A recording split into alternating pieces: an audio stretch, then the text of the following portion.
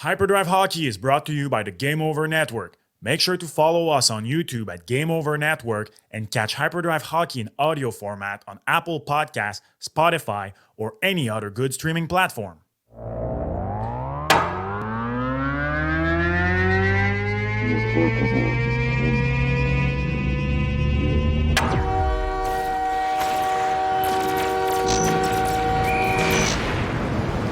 Hello, beautiful citizen of the frozen pond. Welcome to another episode of Hyperdrive Hockey on the Game Over Network. My name is Max Vanut, and along with me again today, Kevin Laramé behind the board, and also providing his beautiful insight. Kevin, how are you doing today? Not too bad. Been fighting a cough that is very weird over the last, It's been over a week now, so yeah, I'm getting better, and at least I can talk now, which is great.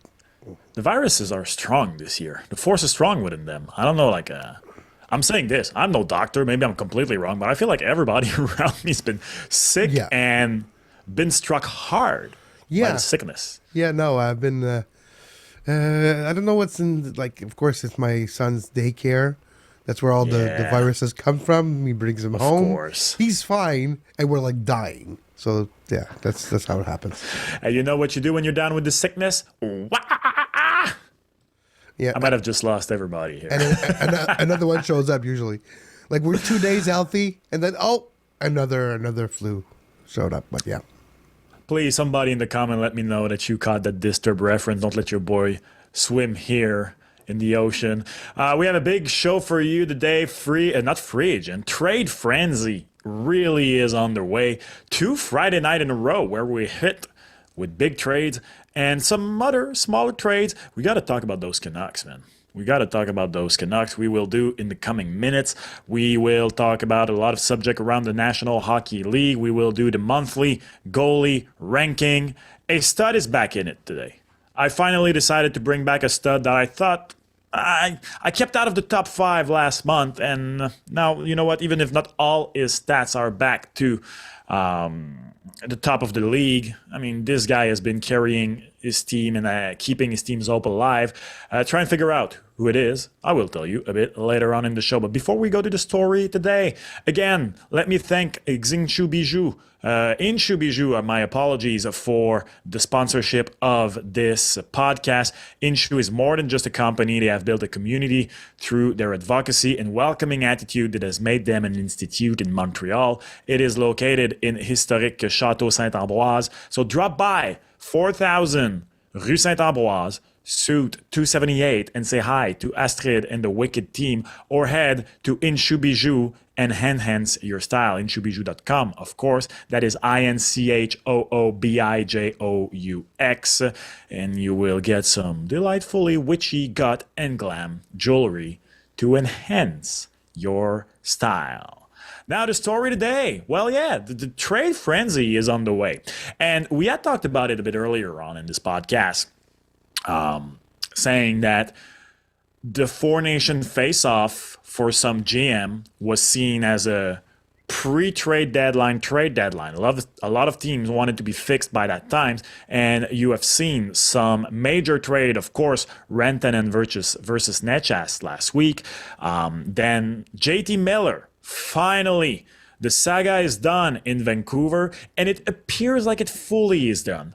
Elliot Friedman said on Saturday night that he expects Elias Peterson to stand still and stay with the Vancouver Canucks, which, if you've been following this podcast, you know that I think is the right thing to do for the Canucks. With that being said, I don't feel like the Vancouver Canucks got a good return on their buck for JT Miller, Kev. I'm not sure I like the trade for the Vancouver Canucks. So they lose JT Miller, who, of course, is back in New York, where he was many years ago, now wearing number 8, because, of course, you were not going to take away Artemi Panarin's number 10. No. So he's been traded for Philippe Itil and Victor Mancini, a first-round pick. Also to the Rangers, Eric Brandstrom and Jackson Dorrington. All due respect to Philippe Itil, who showed some flashes in the National Hockey League, but I insist flashes. And now you give I was going to say a number. JT Miller is no like normal second line center. He's a 100-point scorer in the National Hockey League. Yeah. And you lose that guy for a lot of uncertainty, in my humble opinion. So maybe they think clearing the room will be good for the team. I don't know. But you know what? We heard they rejected Mika Zibanejad for Miller 1-for-1. I would have preferred Mika Zibanejad if I'm the Canucks, but hey, what do I know? Yeah, well, I think it's also about like age, and you mentioned the locker room. Yeah. I think this way they're having players that are a little bit younger. Philippe Till will be useful. Scored in his first game for Vancouver on Sunday against Detroit. They ended up losing that game, just like the Rangers ended up losing the first game with JT Miller, even though he scored 2 goals. And then on Sunday, he's got 2 assists. So it's a good debut for both players with their new teams. But when I'm looking at these trades, of course, there's the aspect of the Jim Rutherford last week saying there's no good solution. That did bring the price down, right? Everybody knew that JT Miller was about to be traded. A very valid point, yeah. Yeah, so the price is down because you're in a situation where every GM knows you need to move him. He's got a 15-team no-trade clause, so very short window of where he wants to be moved.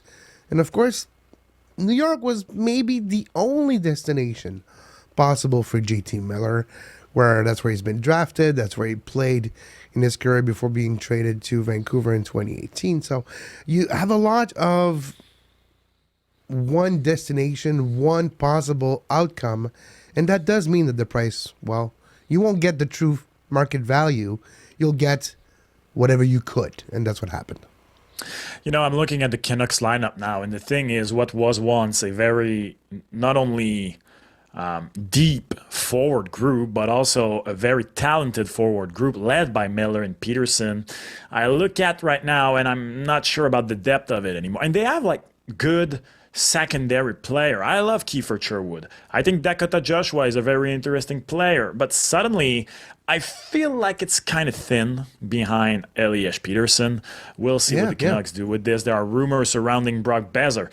But what is most interesting with the Canucks is that on Friday night, they also traded Vincent Desharnais and Denton Heinen to the Pittsburgh Penguins in return for Marcus Peterson and Drew O'Connor. Number one, the Vancouver Canucks are going full Thanos here, collecting Petersons like they're Infinity Stones. So they're missing. So you got now two Elias Petersons and Marcus Peterson. Beautiful. So they're missing 2, and then they have the full gauntlet, right? So 2 more, and then they can snap the team into victory.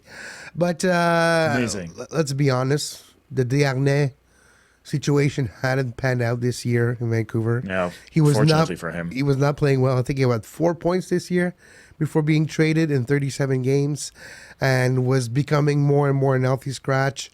He's far away from the Desharnais we've seen with Edmonton last year, where he was used sometimes as a 7th defenseman, but also bringing some stability here and there and some gumption. That didn't pan out, and neither did Denton Heinen this year. Yeah, and with that, Desharnais, Sprong, and Heinen, the 3 July 1st signings from the Vancouver Canucks are all gone. And it's funny because I have a friend who's a Vancouver Canucks fan. And in the group chat, I think it was on Saturday morning, he went back to a text he sent back in July saying, man, I hate those moves by the Canucks. And when the trade happened, he went back to it and sent it back and said, yep, told you so. So I thought that was pretty funny. But yeah, you know, we say it. Sometimes you got to be very careful on the market, on the free agent market. That's why some GM do not like July 1st. And yeah, the Vancouver Canucks bit the dust on all their signings from last July 1st. All of them gone during their first season. That is, to me, I don't remember ever seeing that. That is quite interesting. We'll see where the Canucks go from here. Of course, they are in a tight and incredible playoff race in the West. At the moment we are talking, despite only 4 wins in their last 10 games, they are the first, they are just out of a playoff spot, 2 points out behind the Calgary Flames. So despite only 4 wins in their last 10 games, they're still really in the thick of it for the Western playoffs And race. just quickly to wrap up on the Canucks, Max, this season of the Canucks, even though they're so close, feels like it's a cluster. You know what?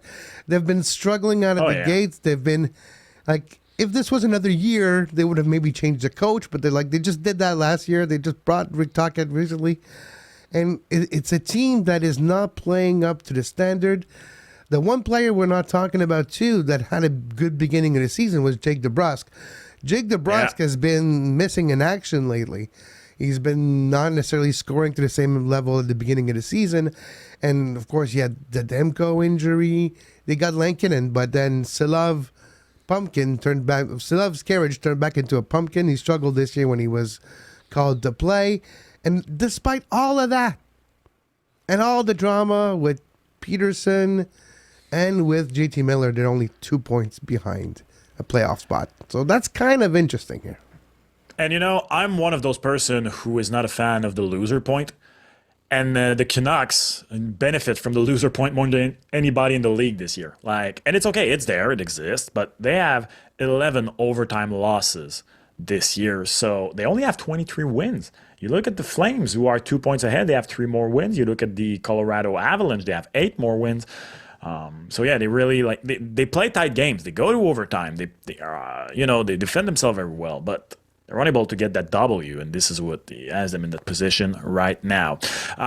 We knew that with the Tyler Seguin injury, the Dallas Stars were going to use that LTIR. A lot of team, when Seguin went down, said under the cover of protection that, this is, this is a blessing in disguise for the Dallas Stars. And that's what happened. The Dallas Stars went and get Mikael Granlund from the San Jose Sharks in a trade this weekend. And I think that the Stars are poised for a very deep playoff run if that Mikael Granlund trade pays off. Why do I say this? Well, honestly, I had almost forgotten about this. But before going to the San Jose Sharks and having quite, being one of their very rare bright star for the past 2 seasons. Granlund had a 60 point in 69 games last year. He's close to a point per game this season with 45 points in 52 games. He had a point in his first appearance with the Dallas Stars.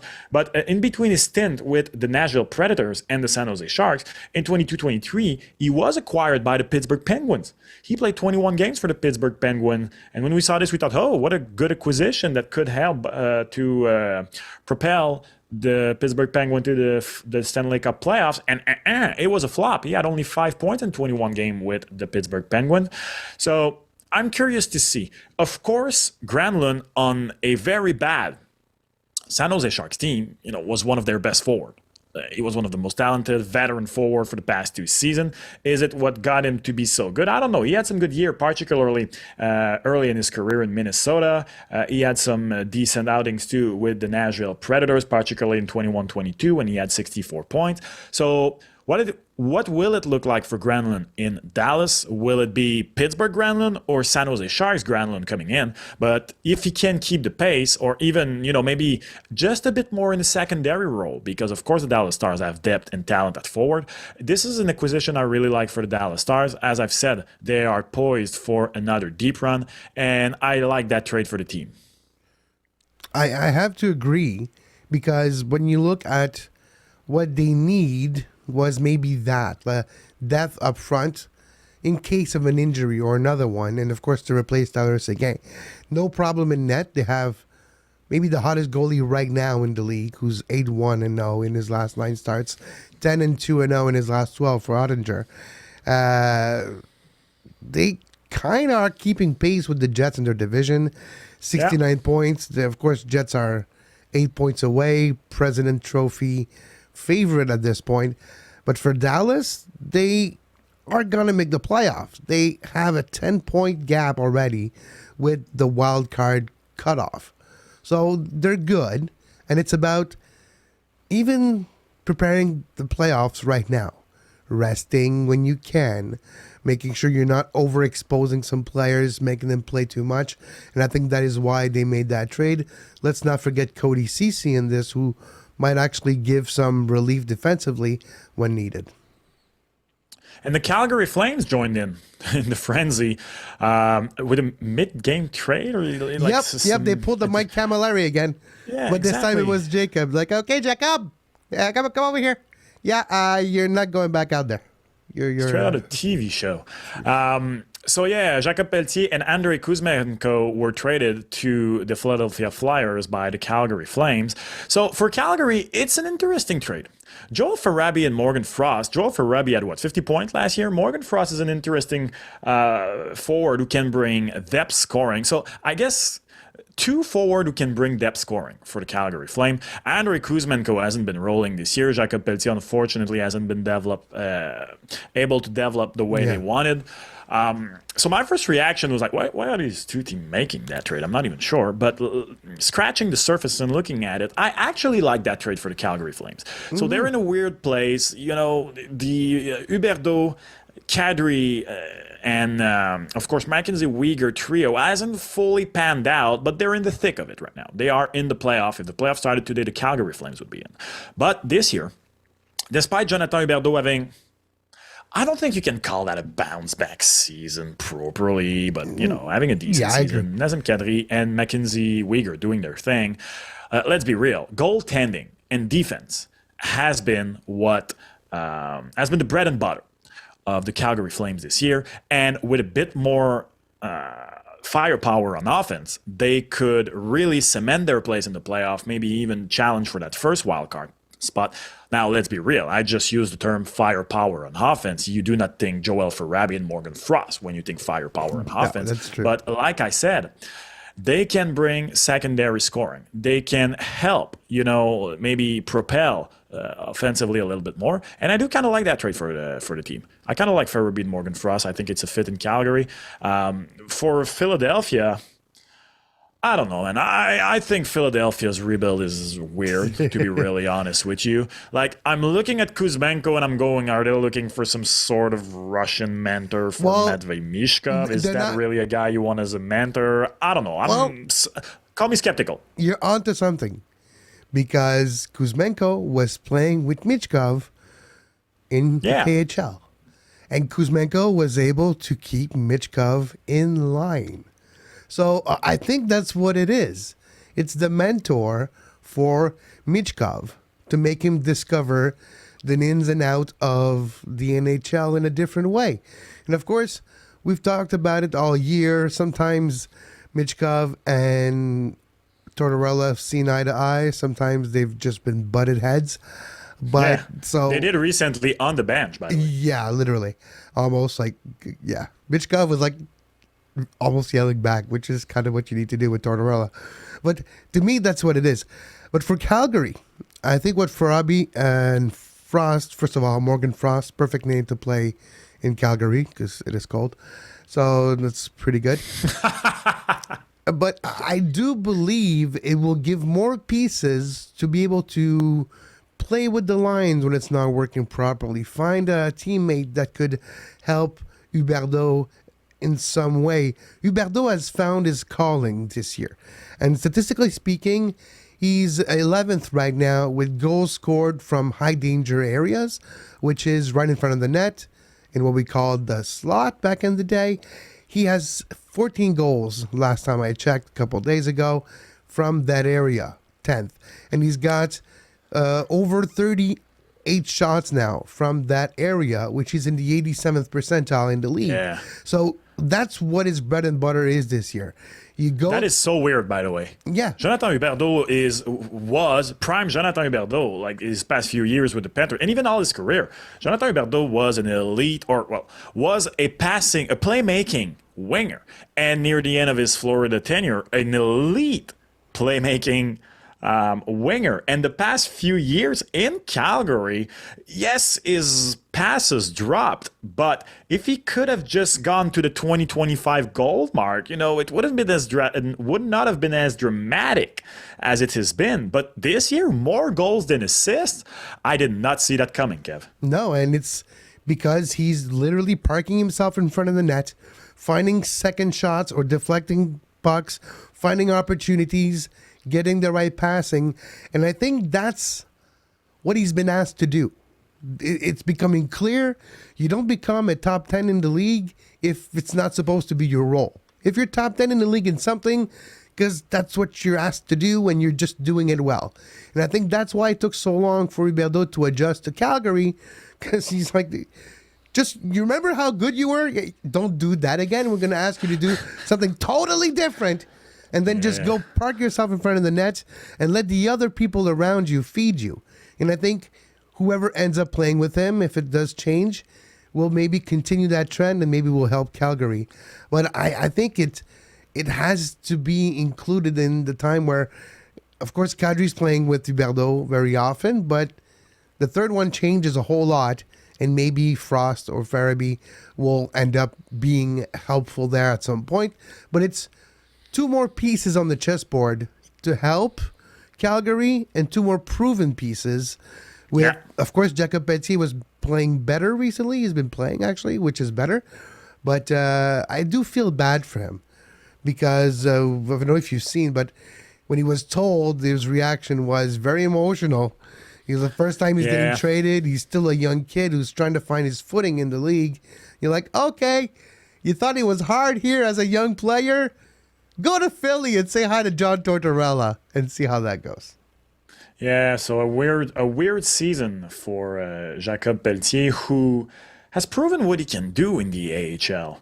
I mean, he's played 20 games in the AHL this year. He's at a point per game. He had 37 points in 35 games in 22-23 in the AHL. Unfortunately, injuries and other stuff have derailed his development. He's 23 years old now. I mean, he is a small player and all that, but we know what he is capable of offensively. Will be interesting to see if he can bounce back in Philadelphia.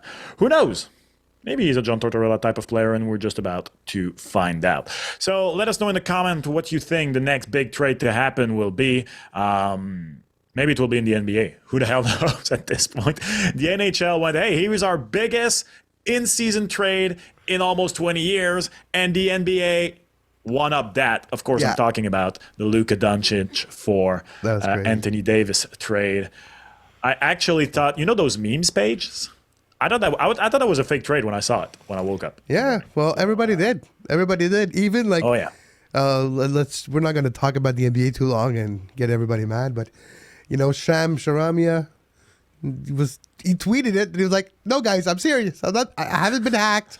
It's not a joke. Yes, it's happening." So there you go. So hilarious, completely hilarious. Anyways, what would be the? I've been trying to think, and I couldn't figure it out. Like, what would be an equivalent? Gretzky back in the day. I'm sorry? Gretzky, when Gretzky was traded from Edmonton to the Kings. But this was rumored, because it was rumored. So there was no rumored for Doncic. Yeah, and I'm talking because I think Luka Doncic is right now he's been the best or the second best player in the NBA for the past 2 seasons. He's 25 years old, if I'm correct. And Anthony Davis is still an amazing player, but I feel like he's a bit on the decline. He's a bit older. And I'm trying to think right now what the equivalent would be in the NHL. And, it's not Connor McDavid, but also I don't feel like right now, mid-20s, 25 years old. That is... McKinnon? He's still a bit older. McKinnon is pushing 30s. Now, maybe Cal McCarr. Okay, yeah. For I don't know. Now I'm trying to think of maybe McCarr for. Well, you know what? If they weren't teammates, maybe McCarr for McKinnon. But that type of. McCarr for Matthews, maybe. I don't know. Well, no, not Matthews. He's too young too. See, there's no equivalent. And they're too good. Anthony Davis is not top 20 players in the league. Anyways, it's not an NBA podcast, but I think the equivalent would be almost a superstar for another superstar, but there's no equivalent because there was no rumor, nothing happened. It's so weird. But yeah, the trade frenzy has started in North American sports over the last 2 weeks. You know what? Kel McCarr for Mark Scheifele. Here. That's okay. Yeah, that actually makes more sense. You know what? Let us know in the comments what would the NHL equivalent of Doncic for Anthony Davis is, because even that comparison, I'm not sure I'm right on the money. Anyway, that's enough NBA for today. Let's go around the league, if we may.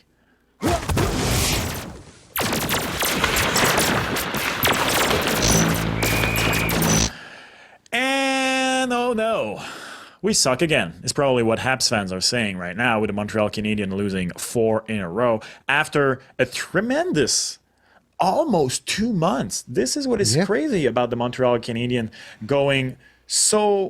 falling so flat in the past 4 games is that it wasn't a nice sequence of 5 games. It wasn't a nice 2 weeks. It was a solid month and 3/4 of elite playing, of elite result, of being a top 2 teams in the National Hockey League, which had them at some point not only in the playoffs, but where the Ottawa Senators are right now, top 3 in the Atlantic Division. A week and a half ago, we had the Habs in the discussion, and now, well, they're back to being almost closer to the Buffalo Sabres. So 4 losses in a row for the Montreal. Well, technically, that's 3 regular losses in a row. Is that 5 now, winless game streak? I'm saying 4. Is that 5? Because they had the Devils. I think it's 4. I think it's 4, but I had 4, but yeah, I think it's 4. But they lost to the Red Wings, the Devils, the Jets. No, that's 5. Oh, wow, that's 5. My bad. So they lost to the Red Wings, overtime to the Devils, and then a horrible week last week. Jets, Wild, Ducks. My apologies. 5 winless, because that's how you have to say it in the NHL, because they don't, in their sequences, they don't count in overtime losses or the loss per se. So a 5-game winless streak for the Montreal Canadiens has them back deeper in the standing. Those of us who look at some advanced metrics knew that a correction was on the way for the Habs, because especially, not at first, but the last 4 or 5 games of the hot streak, they had some elite goaltending, they had a bit of puck luck and all of that. So I expected a correction for the Habs in these past few games, but not at that point, Kev. To me, the biggest concern is that the Montreal Canadiens are completely unable to play a full 60 minutes. I've been watching this for quite a while now, and that Sunday afternoon game against the Anaheim Ducks is another perfect example. A tremendous first period. Actually, the first period was quite exciting, and it was a tremendous first period. Apart from maybe a key save, you absolutely did not see Samuel Montembeault in the first period. Montreal Canadiens come out 2-0, a PK goal. And a power play goal by the second unit, which is something you have not seen in a while. And then what happened? They stay in the locker room for the second and third period, and they lost in regulation to the Anaheim Ducks. Yeah. So the Montreal Canadiens are unable to play a full 60 minutes.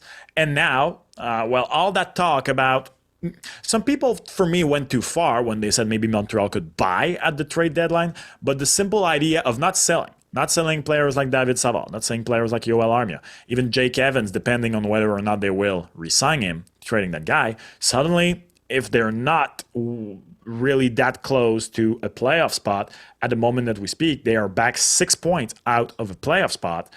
Maybe you're back into the discussion of trading some assets for some picks and prospect, Kev. Yeah, I think so. I think that, you've seen the meme before where it's like the one cartoon hugging something close. So he's like hugging a playoff spot. And then, there's a big one behind. And then it zooms out, and then there's a bigger one pulling him out while the lottery is pulling him out of hugging the playoffs. And I think that's in the bit what this season's going to become. You get close, but then you're like, okay, might as well just let it go.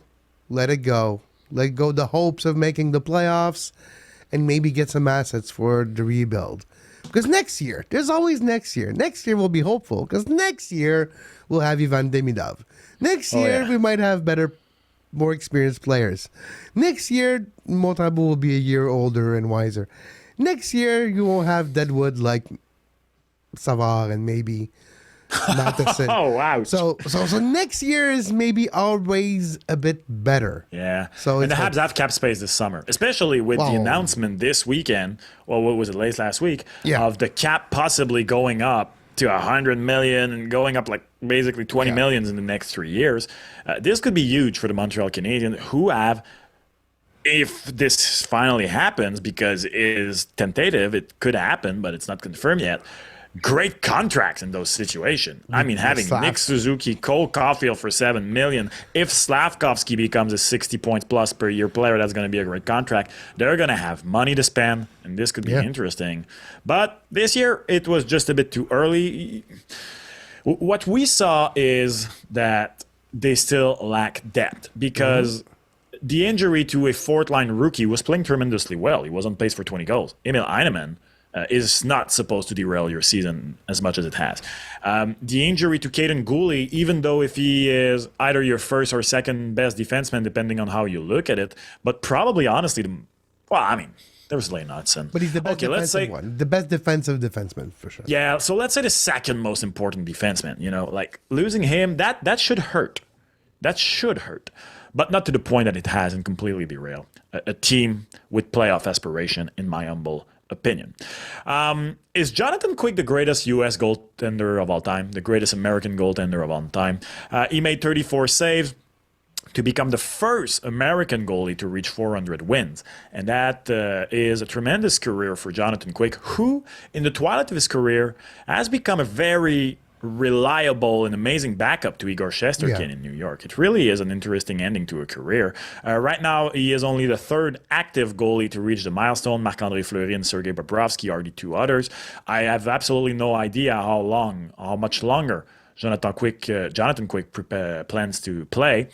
To me, he's a very interesting goalie, Kev. I've always loved Jonathan Quick. Growing up as a young goalie, as a teenager, should I say, actually, Fleury and Quick were my two favorite goalies. They were my two favorite goalies because despite not being particularly small, there are no Yusei Saros, they're not the biggest guys.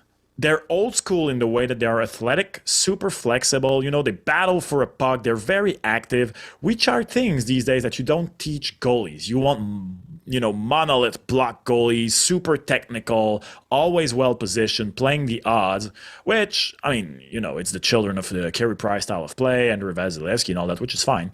But these two goalies, to me, like that acrobatic and super athletic old school style of goaltending is on its way out. And I don't know, I'm asking you guys the question, and let us know in the comments, but what is the place of Jonathan Quick within the great goalies of his generation? I think he's an Hall of Famer.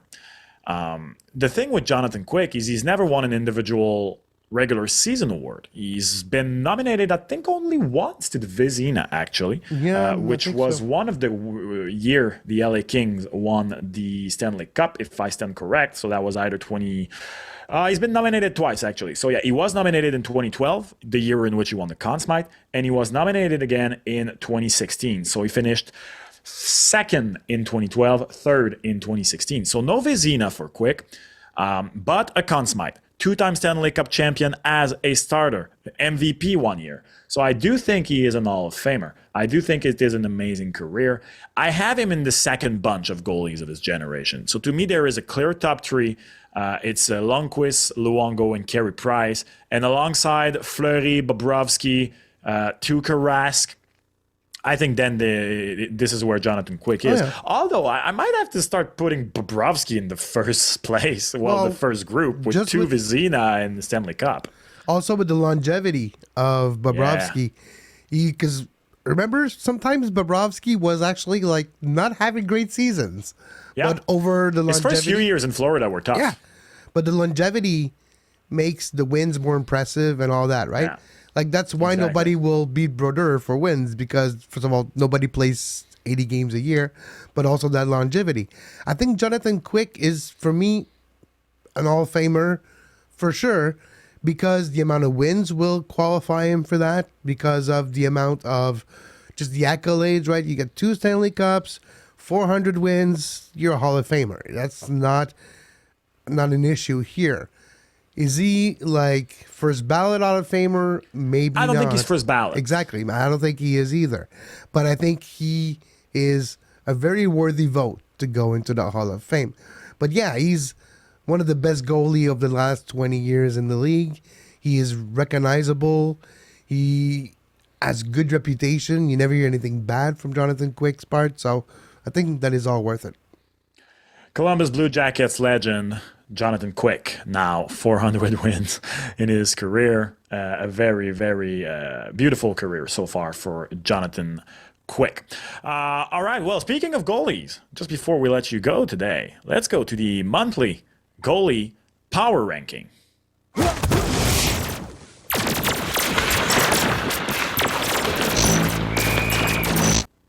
We are at a moment of the season where, you know what, individual seasons are starting to cement themselves. There is less variation in those type of standing month to month, but there still are. Actually, there is only one this month. So Lucas Dostal was in 5th place last time out. He still is in 5th place. You know, Lucas Dostal the rest of his season might not have been as spectacular as the start. The start of Lucas Dostal was absolutely phenomenal. Personally, it took me time to respect him because I was like, wait a minute, is this actually sustainable for him or is it not? Turns out it has been. I do think that his play is what will make John Gibson tradable for the Anaheim Ducks. And Lucas Dostal keeps going. Of course, the wins aren't there for him as much as other goaltenders, but that is completely normal playing behind the team, the Anaheim Ducks, who are not as good as they could be. But it has been a bit tougher of a month for Lucas Dostal. 3 wins, 3 losses, only 8.87 of goal against average, but he is still in 3rd position in goal save above expected, which gives you an indicative of just how hard his job is for the Anaheim Ducks, just how the quality of the shots he faces are hard for a goalie. So he could have dropped, but another month in the top 5 for Lucas Dostal. I honestly think it might be the last one. Yeah, well, if I can just maybe, and I never done that with your ranking, if I could add like an honorable mention that just missed the cut, I want to say shout out to Cam Talbot, who's 9-1-0 in his last 10 starts. Who's the best goalie in January, who's been really lights out and one of the reasons why the Red Wings are back in the mix. So shout out to Cam Talbot. I don't know where you would put him outside the top 5, maybe 7, 8, whatever, but he has really risen his level of play over the last month and a half. Yeah, he has. He is among the honorable mention with, of course, Dustin Wolf, Joey Dackard. Vasilevsky also is back in the honorable mention for what it's worth this month. Has not been the best last 2 years of his career for Andrei Vasilevsky since coming back from back injury. You said he's one of the hottest goalies in the league earlier on in the pod, and I completely agree with you. He is still in 4th place, though, and that is Jake Oettinger. I don't have him higher. Maybe I'm disrespecting Jake the Otter a bit here, but I don't have him higher because I do believe that Jake Oettinger is just back to doing exactly what I expect of him, and of course, the Dallas Stars are a very, very good team, and it shows in the advanced metric of Jake Oettinger. So when you look at his stats in January, you have said it, he went 9-2-1 in the month, but only, if I may express myself like this, a 913 save percentage, which is in this day and age, though, is kind of good, and a 2.16 goal against average. When you look in advanced stat for the year as a whole, and this is a bit of the knock on Jake Oettinger, is that he's only 11th in goal save above expected. Okay. But he is playing against behind a very good Dallas Star team. The next month will be very interesting for Jake Oettinger with Miro Heiskanen out. Yeah, yes, and to see how much he plays in the Four Nations Cup too, and I think those two combined will make a very interesting month for Jake the Otter. You know what that is? Because it's such a small tournament. Will Team USA just ride Connor Hellebuck?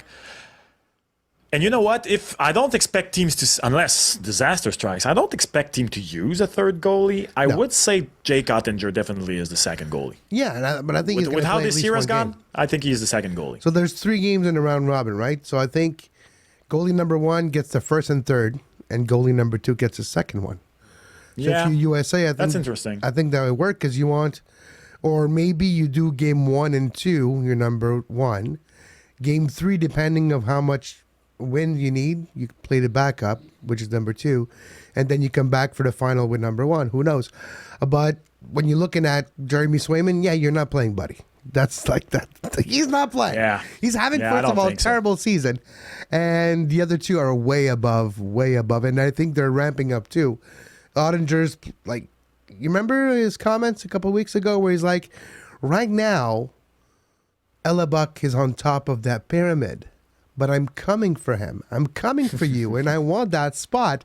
Since then, he's been lights out. So, open your mouth all you want, Jake. If you back it up, it's all good. If you talk the talk, you better skate the skate. In third place, and this is the guy I talked a bit earlier about. You know what?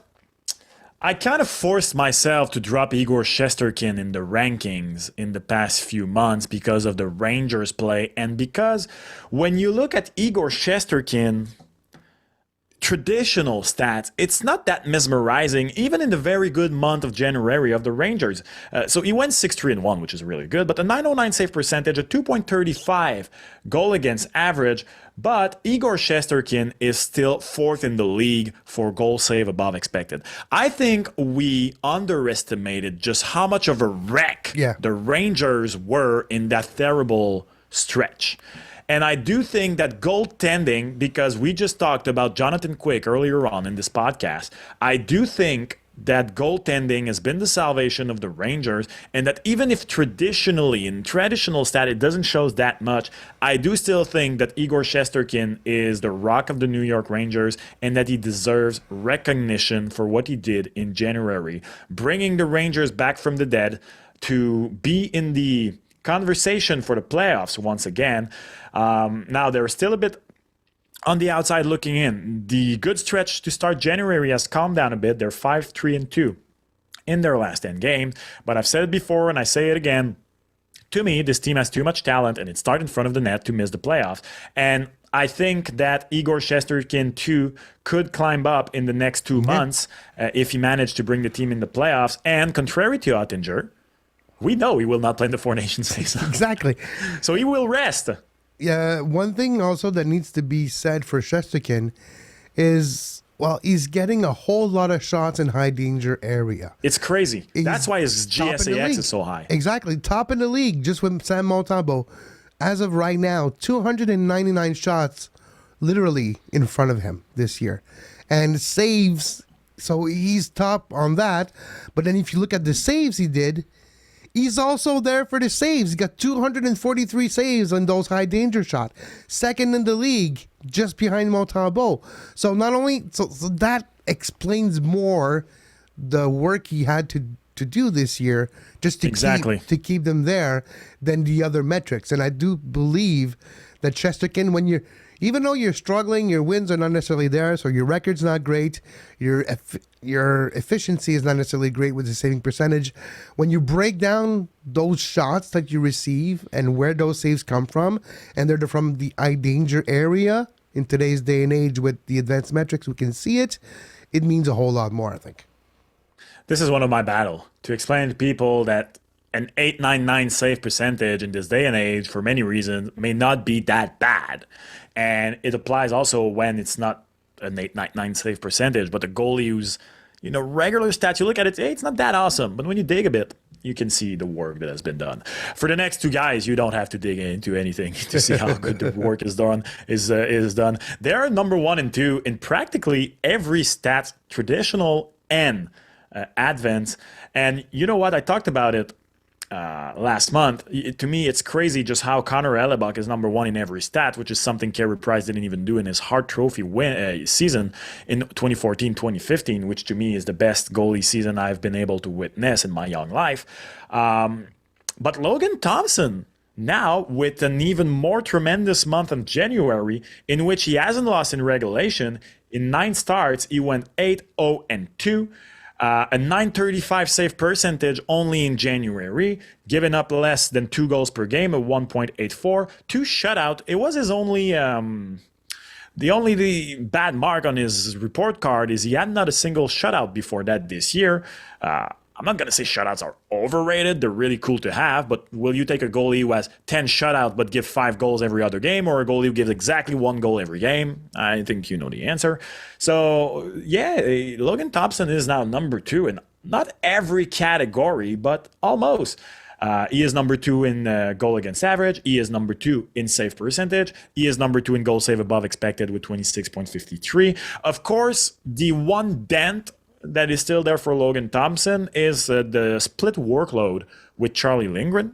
Although he has been injured this month, so it gives him a bit more of a workload. And he showed up for it. He really proved that he is the man in Washington, and they rewarded him, by the way, with a new contract. So kudos to him because, after a good start to his career with the Vegas Golden Knights, it wasn't as stellar the past season, but I didn't feel it was as bad to the point where he barely even got a shot in the NHL this year, and he's making the most of it. And, some could say that he should be in net for Team Canada, the Four Nation. I do think he will definitely be in the conversation for the Olympics next year. Oh, let's just say that Jordan Binnington wouldn't be on that team if the decisions were made a little later in the year. It's because it was still too early.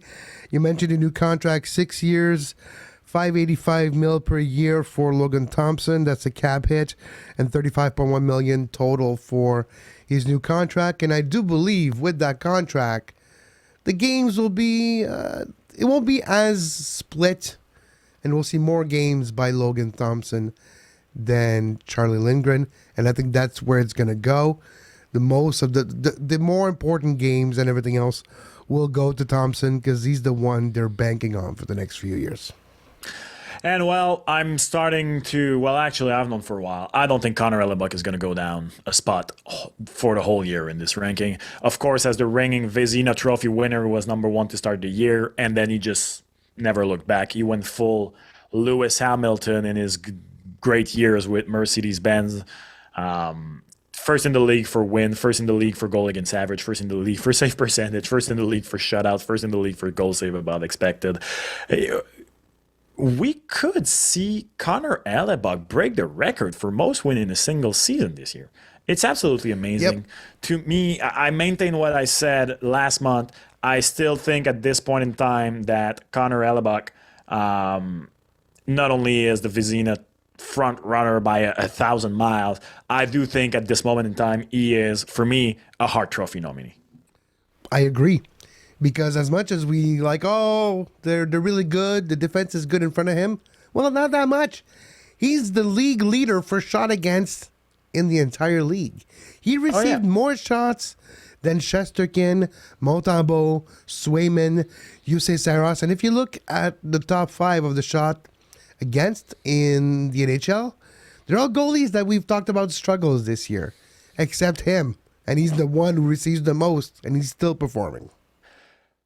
Connor Hellebuck has got 30 more starts than his backup, Eric Comrie. 30. 42 starts for Connor Hellebuck, 12 for Eric Comrie. They have the same number of regulation losses. Let that sink in. This is completely absurd. It's completely absurd. Of course, a lot of you, I know it, every time this year on whatever platform I talk about how good Hellebuck has been, unfortunately for him, and I understand why. I honestly think it's fair. It is completely pointless to the discussion of who's the best goalie in the league in this regular season, but it is fair to say that for a lot of you, and I understand why, you will not elevate Connor Hellebuck to a higher level of greatness until he can prove in the playoff that he is also the man, and I do think this is fair, especially after last year. So this year, I do hope Connor Hellebuck will elevate his play. Well, I mean, can he technically elevate his play? No, he just needs to do exactly what he's doing. Exactly what he's doing. He just needs to rest, actually. Because that's the... And you know what? That will be interesting to see. Winnipeg Jets fan, let me know in the comment. I honestly think that I don't know if they can get one. I don't know if there is one available. But a backup goalie that can help Connor Hellebuck rest, that would be a top priority for me if I'm the Winnipeg Jets. Because, yes, you never know. The Central Division is so strong. But the Winnipeg Jets, to me, have enough of a cushion in terms of point, not only in the Central Division, in the whole Western Conference. They have 77 points. The Dallas Stars are at 69, and the Edmonton Oilers and Vegas Golden Knights are both at 68. They have enough of a cushion to me that, yes, I would try and get a backup goalie, who can help Connor Hellebuck get into the playoff with his tongue not licking on the floor. Exactly. Get into the playoffs without having, his knees too hurt, right? Not that but it's just if you go so many games during the regular season, you're a little tired. Your knees a little tired getting into the playoffs, and you give the one goal you're not supposed to give. You give it, and then it happens for a couple of games, and then you're out of the playoffs. It's that quick, and I think that's what maybe they do need for Connor Hellebuck is actually not to play as much in the second half. Well, not the second half, we're past the second half, but in the last few months. Just a little bit. Yeah. Just a little bit past the second half of the season. Let us know, are there goalies I disrespected? Like I said, there are tremendous goalies this season in the National Hockey League. Dustin Wolf is one of them. Kev talked about Cam Talbot, who had an amazing month also. So, let us know in the comments, who do you think would have deserved a place in this goalie power ranking. Just before I let you go, let me talk to you about our second sponsor, the Same Hotel. If you're looking for a way to make awesome memories with your friend, want to take some promotional pictures for your business, check them out in Montreal Southwest. It's an amazing selfie studio in historic Château Saint-Ambroise. It boasts 12 unique decors for you to enjoy and make memories. Hop in their iconic heart-shaped ball pit or transport yourself back in time to Expo 67. Head over to lesamehotel.com for more details and check out their amazing decors that are always being updated. Thank you so much, everybody, for listening today to this new episode of the Hyperdrive podcast. We greatly appreciate it. If you could subscribe to our channel, we would also greatly appreciate it. If not, if you're listening in audio format, drop a review on Spotify or Apple Podcasts. We have a Patreon if you would have a buck to spare. We know times are hard right now, but if you have a buck to spare in one, support a media Game Over network who hires more than 30 young journalists and analysts across Canada. Well, please consider joining our Patreon. And if not, well, head over to the GameOverNetwork.com and get yourself a cool t-shirt, hoodie, mug, any piece of accessory that you like. It also helps. My name is my name is Maxime Vanut. He is Kevin Laramie. I'm not Kevin Laramie. He is. What the heck is going on here? I need to eat. That's what needs to happen. Thank you so much for joining in, everybody, and we'll talk to you on the next episode of the Hyperdrive podcast. Bye.